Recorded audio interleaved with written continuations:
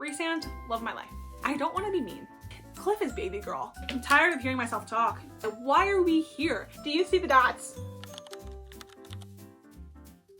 Hello and welcome back to Alexandria Loves Books, Bookmas edition. Today we are going to be doing the annual end of year book tag. I will be answering 25 questions for 2025. I'm kidding, that wasn't planned, but it seems fitting.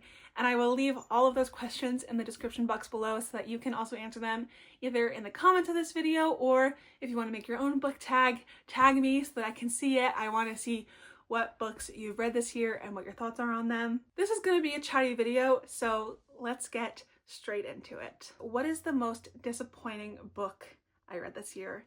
And don't hate me, but Every Summer After by Carly Fortune. A lot of people have raved about this book the past few years that it's been out as a great summer second chance romance. This follows Sam and Percy. They kind of grew up on this lake together. He lives there, Percy would go there for the summers, and they fell in love, but then something happened. They haven't talked for like a decade, and now she returns to the lake for Sam's mother's funeral. The first half to like 75%, I was enjoying it. I liked their relationship together. I rooted for them. I wanted them to be together. But then I found out what happened, and it really pissed me off. I feel like it was just put in for shock value. There was that trope and that situation had no business being in a romance book, in my opinion. And this just, it really upset me. And it wasn't just like oh, I hate that the characters did this. It was, I hated that the author wrote this.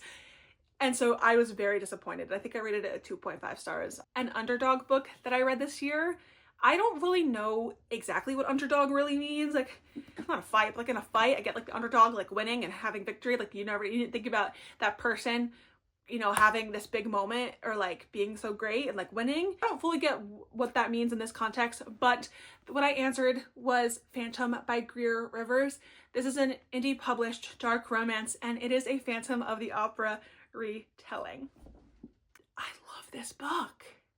So basically, all I'll say is it's modern day New Orleans. Their names aren't the same names, but basically Christine, and her name is Scarlett in this book, she falls for the Phantom instead of Raoul. So if you are a musical theater girly, if you love Phantom of the Opera, and I'm not much of a dark romance girly, but every so often it hits, and this one hit for me. It was so much fun. I loved like the Phantom in this book.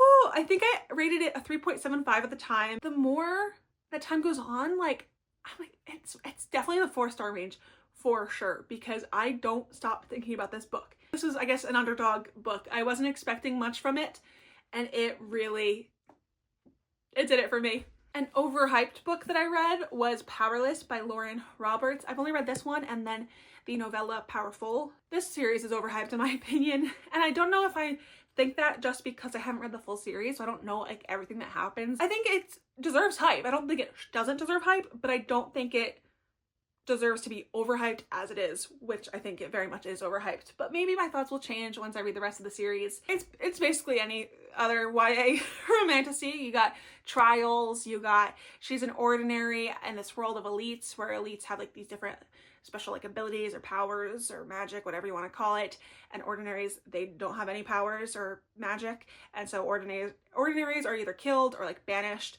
But she's there, and she accidentally saves the prince's life, and she gets by like pretending like she is an elite, and she ends up in these trials that the elites go into. It's like this like big honor, and the prince's job is literally to get rid of ordinaries, and she's an ordinary, and they have a connection. The banter in this book is so good. It's not a bad book by any means, but at the end I was like, okay, I was expecting more because of how overhyped it was, but I still enjoyed it. A book that surprised you? A few years ago, at the beginning of my reading journey, I read Beach Read by Emily Henry, and I hated it. It put me in like the worst book slump ever. But I decided this year to give her a second chance by reading Book Lovers, and I loved it. I rated it 4.5 stars. I was not expecting that, considering I very much disliked my experience reading Beach Read. This follows an editor and a literary agent. They live in New York City, but Nora, our FMC, goes to a small town, I think in North Carolina, with her sister for like a sister's getaway in the summer. And while she's down in a small town, she keeps running into Charlie, the editor, who she had a bad first encounter with. They did not get on the right foot. It was a very fun and still emotionally depthful. I always say emotionally depthful, but I don't know if that's like, is depthful a real word? I don't think it is, but it just had it all, and I love them. Favorite book couple, I have a few from this year, obviously. The first one, I feel like I don't need to say much. Resand, love my life. I don't want to say too much about it because if you haven't read the series, read it. I feel like another obvious one, Edward and Bella. Of course, Edward and Bella will forever be like my main fictional favorite couple. They have been since I was a tween. Probably not a great influence for like my formative years of like what love is, but they're true love to me, and I love them so much. I also want to give a little shout out to Gwen and Bash from Wildcard. This is the last book in the Rose Hill series. I love Elsie Silver's couples. They always do it for me. Like, I always feel the love. A lot of romances, I like don't believe the romance. I don't believe the love. But Elsie Silver, she makes me believe in the love. They just love so hard and deeply, and Gwen and Bash really felt like soulmates to me. Not to go into like the full plot, but this is ex-boyfriend's dad. It's not as weird as that sounds. I know there's other books where it's like so taboo. This one is not as bad as that trope sounds. And then also Sig and Chloe from Dream Girl Drama by Tessa Bailey. This is the third book in the Big Shot series, which is a sports romance series. This is forbidden romance. They meet and it's insta love. They immediately are like drawn to each other and are like, there's something special here and I want to be around them and I want to be with them. Like I like this person. They have to go their separate ways because they both have like a family thing going on that night, and turns out they are going to the same family dinner because her mom is engaged to his dad, and that family dinner is when they're announcing it. So then they're like, crap, we are going to be step siblings.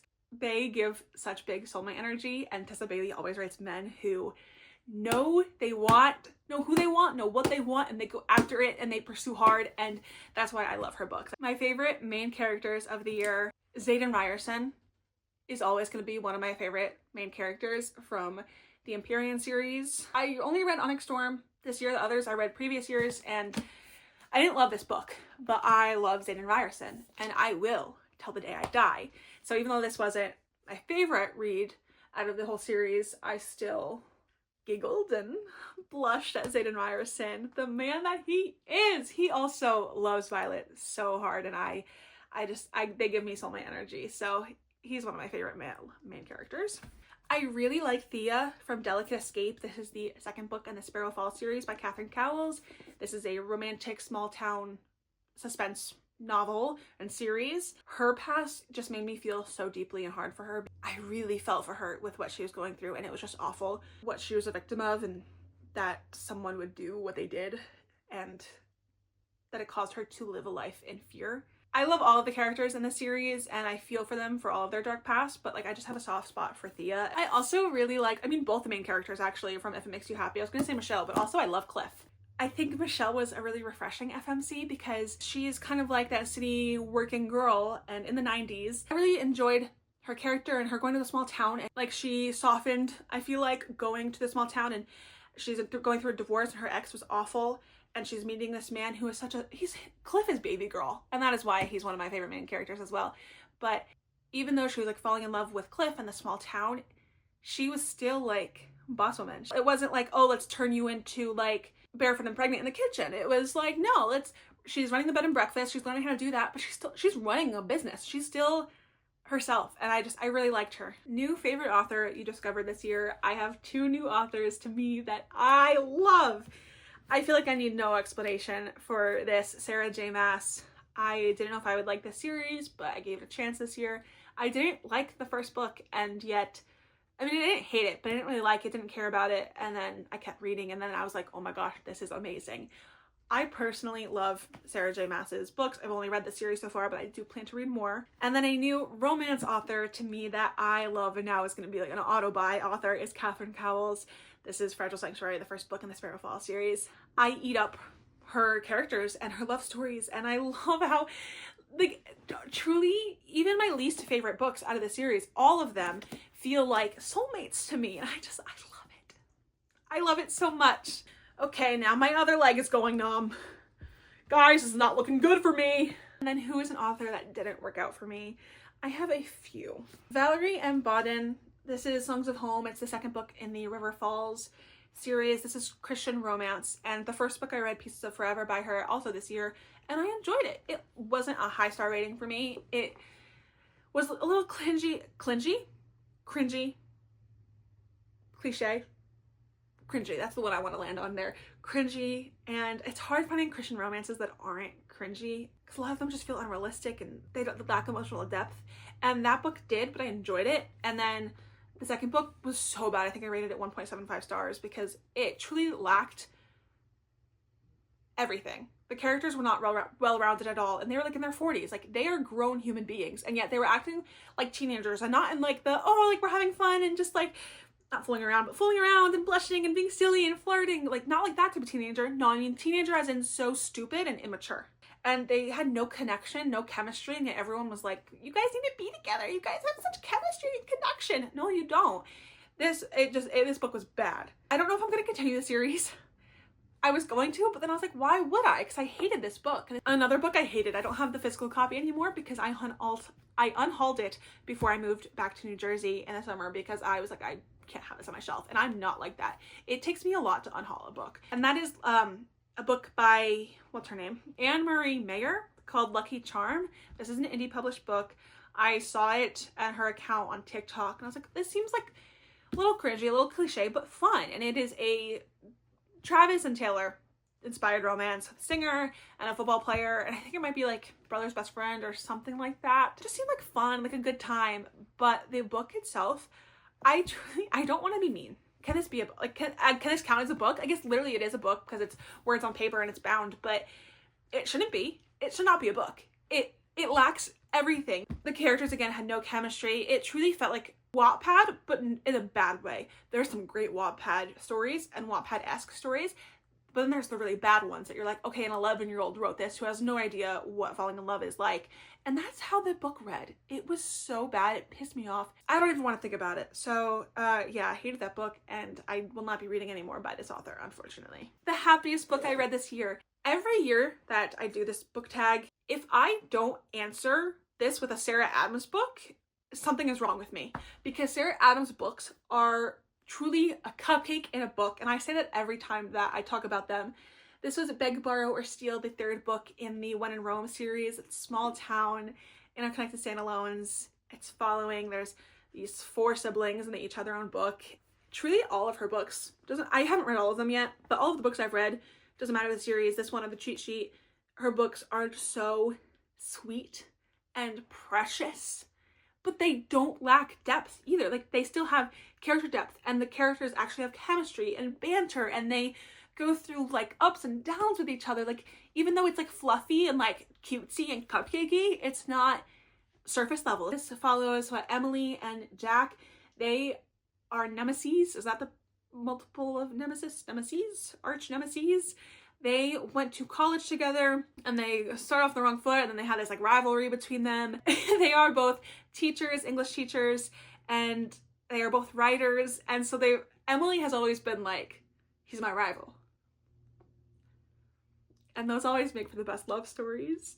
And on the other end, the saddest book I read this year, Still Beating by Jennifer Hartman. This is a dark romance, but it is so sad.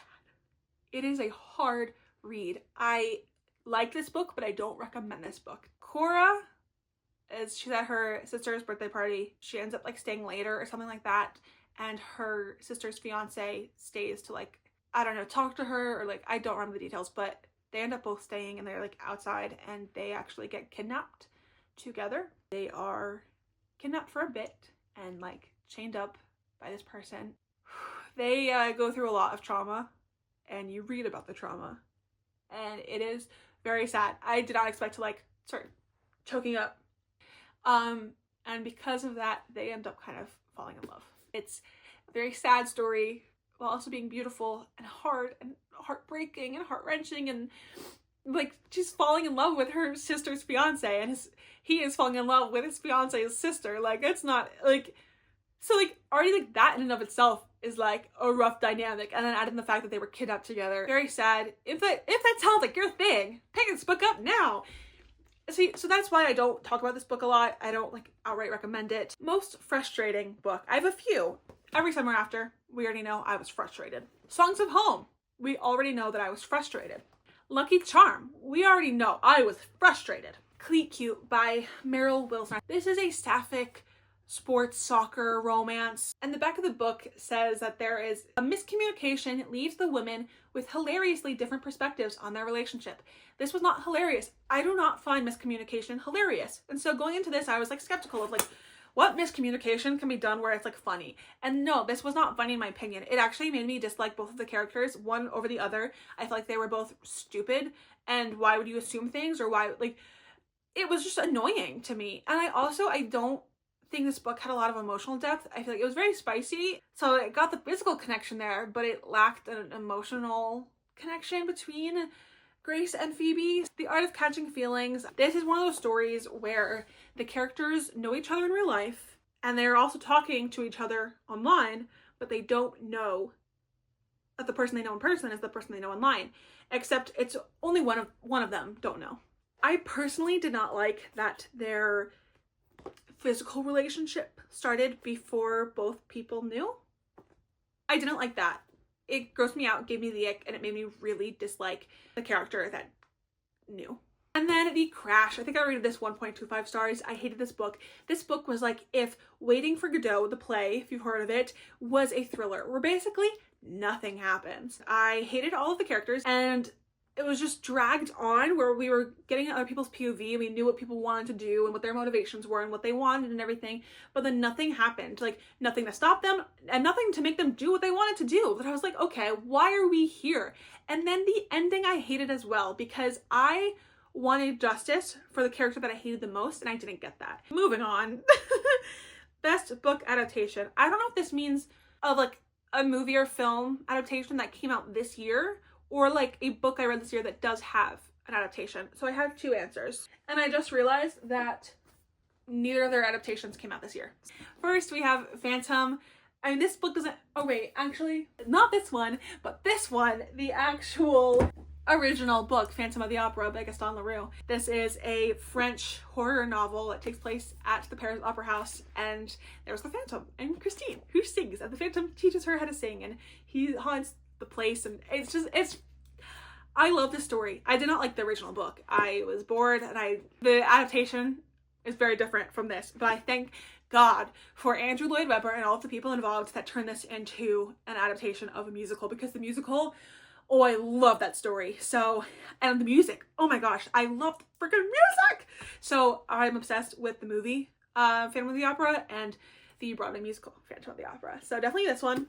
As well as Heartstopper. I read volume 5 in January. I read the previous volumes last year, and the 6th volume comes out I think in July of 2026, and I will be reading that immediately, and then the final movie comes out. This is a TV series on Netflix, but for the last book they're, I guess, making a movie, or they've already filmed it, so I'm expecting it to come out in 2026, but I don't really know. I love Nick and Charlie. They mean everything to me. I love them so much. They are one of my favorite couples. I guess I should have said this for one of my favorite book couples. I forgot about them, to be honest, when I was answering that question. They're just so wholesome and sweet and precious, and baby girl. Baby girl they are. And I saw Kit Connor in Romeo and Juliet on Broadway in January, and he was feet away from me. My favorite covers, of course, If It Makes You Happy. This is just such a detailed fall cover, and it's so beautiful. Don't mind I accidentally scratched that right there and lifted it when I tried to peel off the sticker. The colors are beautiful. It's so atmospheric. I'm obsessed with this cover. Whoever designed this cover, does it say on here? Cover illustration by Eva Garcia. Cover design by Lila Sell. You guys did amazing. I love you. Please do everyone's book covers from now on. I also love the Sparrow Falls series covers. I do think they are so beautiful. It's like tie-dye, and then there's like the, I don't know if it's actually tie-dye, but it gives like watercolor, you know? And the, I don't know what this is called, but when it like catches on the light of like the print or the font or the title or the words on the page on the cover. I just think these are really pretty. I love a watercolor moment. And then Wild and Wrangled. I love all the covers in the series, but I only read this one this year. It's like that like comic book-esque graphic art style with like all of like the dots. You know, can you like see the dots? Do you see the dots? So it's just a very like fun art style, and I really enjoy this. And what is a book you haven't stopped thinking about? As I mentioned, Phantom. I would not be surprised if someone like was like, I counted all your thoughts and you think about Phantom at least once a week. I'd be like, yeah, that sounds about right. I think about this book quite often. I just love it. I love it. And that's really all I can say. And obviously, Akamov and Akawar. This whole series, to be honest, I think about this all of the time as well, because I love these characters, and I actually like am so invested in like the politics of the world and the war, and usually I'm not interested in or invested in that stuff, but I am for this one. What is an unpopular book that you loved? By unpopular, I took it not as like disliked, but as just like not talked about a lot. I have a few. One of them being Rebel Rising. This is Rebel Wilson's memoir. This is one of my favorite memoirs, and I don't hear anyone talking about it. This was so well done, and I loved hearing about her early life in Australia, and she like had so many like life paths she went down and like schools that she went to, or then learning about how she got into acting, and then how she moved to the US for acting and getting the parts that we know and love her for. And also she really got vulnerable with talking about her weight and her body image and her relationship with food. So I really enjoyed hearing about that, and about her falling in love with her now wife, and how she had her daughter and how that all happened. And I listened to the audiobook of it, which she narrates her own audiobook, and I loved it so much. I was laughing, I was crying. It felt like she was talking to me, and what an experience that was, because I love Rebel Wilson. So like it felt like we were just like chit-chatting, and she was telling me about her life story. Another unpopular book, Dream Girl Drama. I love this book. I already kind of talked about how much I love Sig and Chloe together. I know Tessa Bailey is not for everyone. I see a lot of people either DNFing her books or just no one talking about it. I feel like it happened one summer years ago, like really blew up and was like a book talk famous book, but then people really stopped reading her, or if they did, they often DNF'd it, which is fair. You can DNF whatever you want to DNF. I really enjoy her stories. As I mentioned, and I mention it every time I bring up Tessa Bailey, I know it's insta-lovey, most of her books, and that's not people's thing, but I love when characters just like find their person, and that's really what her books really are about. And they're silly, and they make you laugh, and they can make you want to cry. Also, Unlucky Like Us by Krista and Becca Ritchie. This is the 12th book in the Like Us series. I really enjoyed this one. This is Luna and Donnelly's second book. A lot of the couples in this series have multiple books, and this series is the spin-off of the Addicted Calloway series. This follows those three couples' kids as adults, and so there's a lot of them, and this series is like them falling in love with their bodyguards. I liked Misfits Like Us, which was Luna and Donnelly's first book, but I liked this one more. I was on the edge of my seat, and part two, crazy. I don't think I've read a book with this trope before, and it blew my mind, and I didn't know how I'd feel about it, but I don't like love the trope, but I loved it in this book, and I had a great time. Not many people, I feel like, talk about the Like Us series. A lot of people, everyone and their mother, talk about the Addicted Calloway series, but no one really talks about the Like Us series. A book you thought you'd love but didn't. I have two. One of them is Nora Goes Off Script by Annabelle Monaghan. She's kind of become very popular in the last year or two, and I've had this book in particular saved on my like Goodreads want to read for a year, since like the very beginning of my reading journey. And this one follows Nora. She is a single mom. She's been divorced. She like writes the scripts for like Hallmark type of romances, like movies, and she ends up writing a script that's very different from that style, and it's kind of like more so about her divorce and that relationship that she went through. And so then Hollywood comes to her small town. After they wrap, Leo, who plays her husband in the film, stays for a bit, and then it's a romance. They kind of fall in love, and they have their plot and whatever. And I thought I'd really enjoy this, and it's like a short little book, but it was okay. I forget what I rated it. Maybe a 3-star? I don't know. But it lacked character depth. It lacked chemistry, in my opinion. I just kind of was a little bored with it, where I was like, this does not feel all that special to me. And then I kind of mentioned this earlier, but Onyx Storm by Rebecca Yarros, the third book in the Empyrean series. I rated the first 2 books 5 stars, so I had really high hopes for this one, and I did not like it. I think I rated it 3.25 stars. It felt like the plot was just going in this like loop. We'd start here and we'd do this and we'd do that, and then all of a sudden, oh, we're back to kind of where we started, and we're just doing the same thing, just slightly different over and over again. And so it was boring, and it was also very overwhelming. There was a ton of world building in this book, and it honestly was too much for me. It was hard for me to follow. It was hard for me to keep up with. A lot of characters, a lot of places, a lot of magical type rules that I just could not keep up with. It felt like she was throwing everything at the wall to see what stuck, and it was just too much. So that was a real bummer, because I I thought that would be a 5-star read for me, and it was not. Book with the most unique concept, Dating After the End of the World by Geneva Rose. This plot was so interesting. It's thriller, fantasy, and romance. It's very genre bending, if you will. Casey grew up with a doomsday prepping father, and she hated it. She was bullied for it. She kind of despised it. So as soon as she's like 17 or 18 or whatever, she immediately moves out. She becomes a doctor, living her life. And it's like a decade or so later. And guess what? The end of the world is happening. There is a zombie apocalypse. And she's like, oh, well, at least I know the right guy for this. So she goes back home to her dad, and he, of course, he's prepped. He already has this bunker, basically. I don't know if you'd call it a bunker, but he already has this like safety house, everything going on. He has people there, family there. And Blake Morrison, and he was her high school bully. And so I didn't love this book, but talk about a unique concept. Also, One True Love is my Taylor Jenkins read. I feel like a lot of people have read this book or know about this book, but I read this year, 5 stars. I love it. Taylor Jenkins Reid is one of my favorite authors, and it's crazy because I am not like a general or like literary fiction type of girly, and TJR is making me one. This one follows Emma in her 20s. She marries her high school sweetheart, Jesse.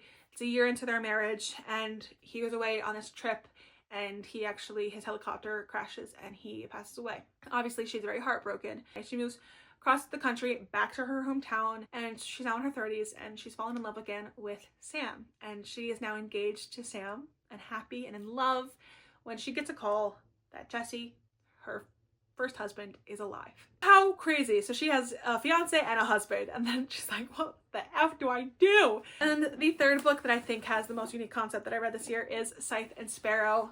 I'll be honest, I don't remember a lot of details of this book because I didn't like it. I think I rated it 2.5 stars. This is the last book in the Ruinous Love trilogy. It's a dark rom-com series with serial killers. Dr. Fionn Kane is running from a broken heart, one he hopes to mend in a small town, Nebraska, far away from his almost fiancé and his derailed surgical career. It's a simpler life, head down, hard work, and absolutely no romantic relationships. He wants none of the circus he left behind in Boston. But then the real circus finds him.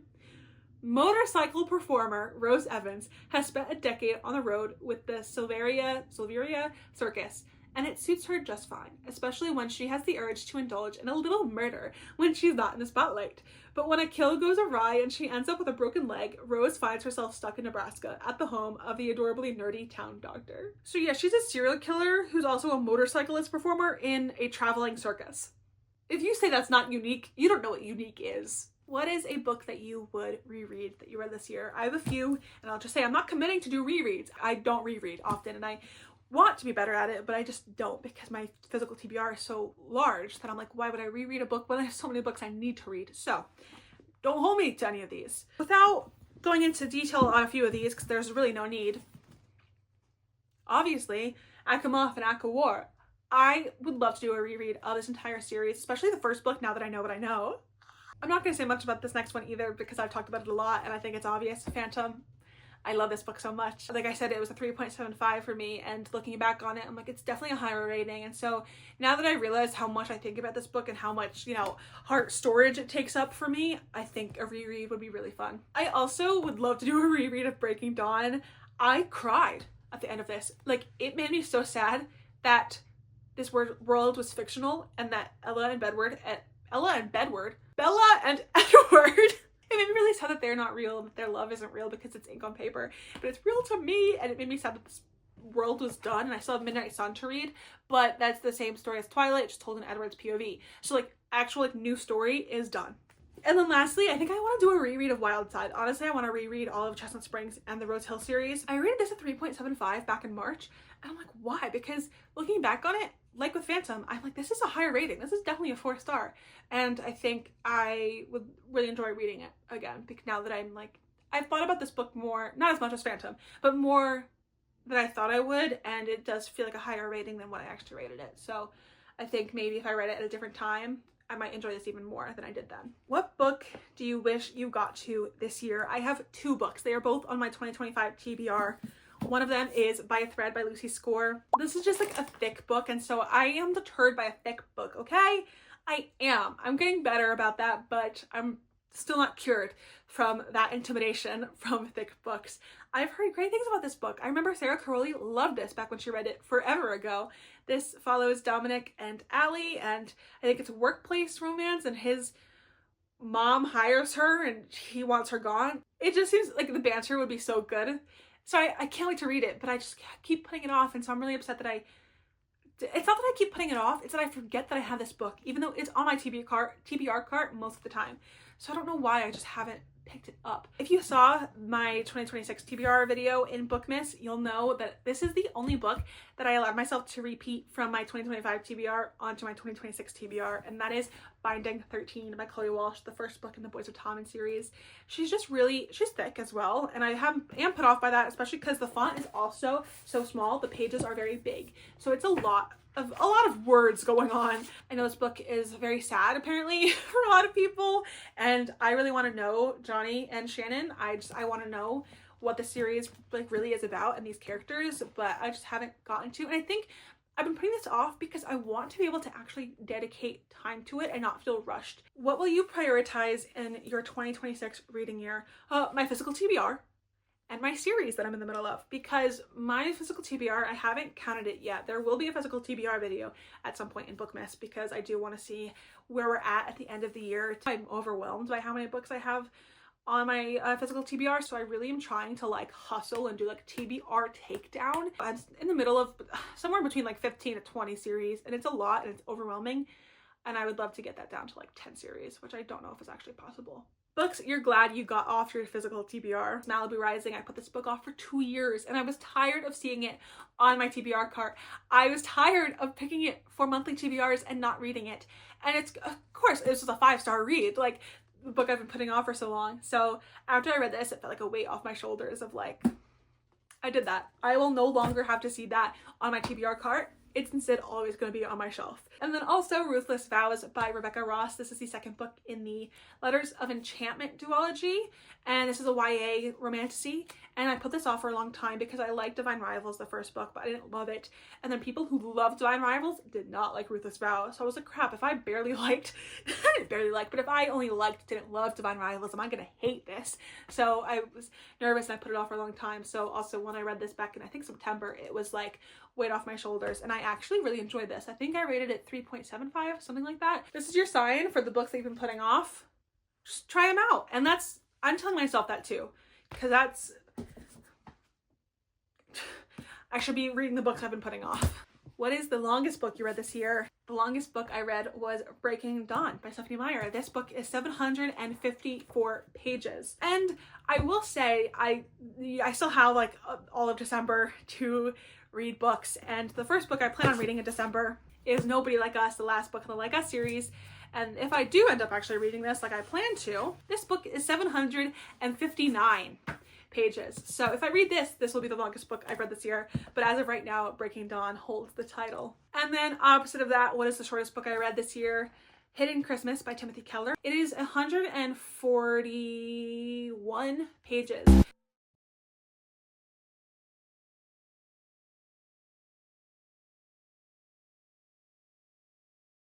The best series I read this year, I have two. My favorite romance series that I read this year is Wild Love, which, okay, wait, I realized, okay, I didn't read this entire series this year. I read the last two books because the first two books came out last year in 2024. But I still love the series, and I finished it this year, so I'm going to count it. This is a single dad series where, but each of the books, the male main characters are dads in unique ways or in different ways from each other. So it's not like the same book and story over and over again. They're all very different. And can you guess what my favorite fantasy series was? Of course. And I read this entire series this year, the first to the fifth book. And I want to say that if you have read only the first book and you didn't get the hype and you didn't understand like why people like it and you're like, I don't care about the series, I get you. And I want you to know that I was there. I was with you. But I really encourage you to at least try reading the second book, the full thing. I started reading the second book, got 100 pages in, and I was bored, and I was like, I don't care. And I stopped and after it for like 2 months, and then I picked it back up, and I fell in love with the series. So you don't have to, obviously, if you don't have to read the second book if you want to DNF the series after the first book, but don't hold the entire series up to just what this book is. You will understand it once you at least finish the second book, and then you most likely will be hooked. And if by then you still are like, I don't know, I don't like this, then you can stop. Goodreads 2025 reading goal reflection and reading goal for 2026. So for 2025, my reading goal was 100 books.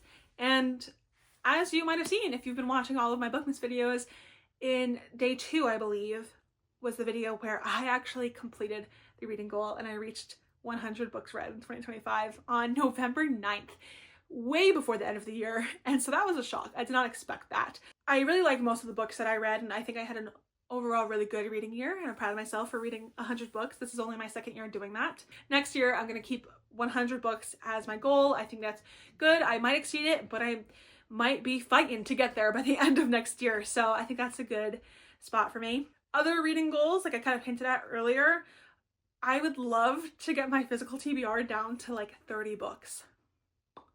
I'm going to try my hardest to only buy books that are either the next in a series I'm already in the middle of or new releases that I'm truly so excited for. That's it. Woo! I need to hydrate. I'm tired of hearing myself talk. If you are still here, I love you and you are the real ones. I love you so much. Please comment down below if you actually made it to the end of this video, and let's see. If anyone comments and they don't say they've reached the end of the video, then I know. I'm kidding, but I'll know that they didn't watch the whole video. Thank you for watching this video. I love you so much. If you'd like to follow me on the daily, here are my socials, and I shall see you in my next Bookmas video. Bye!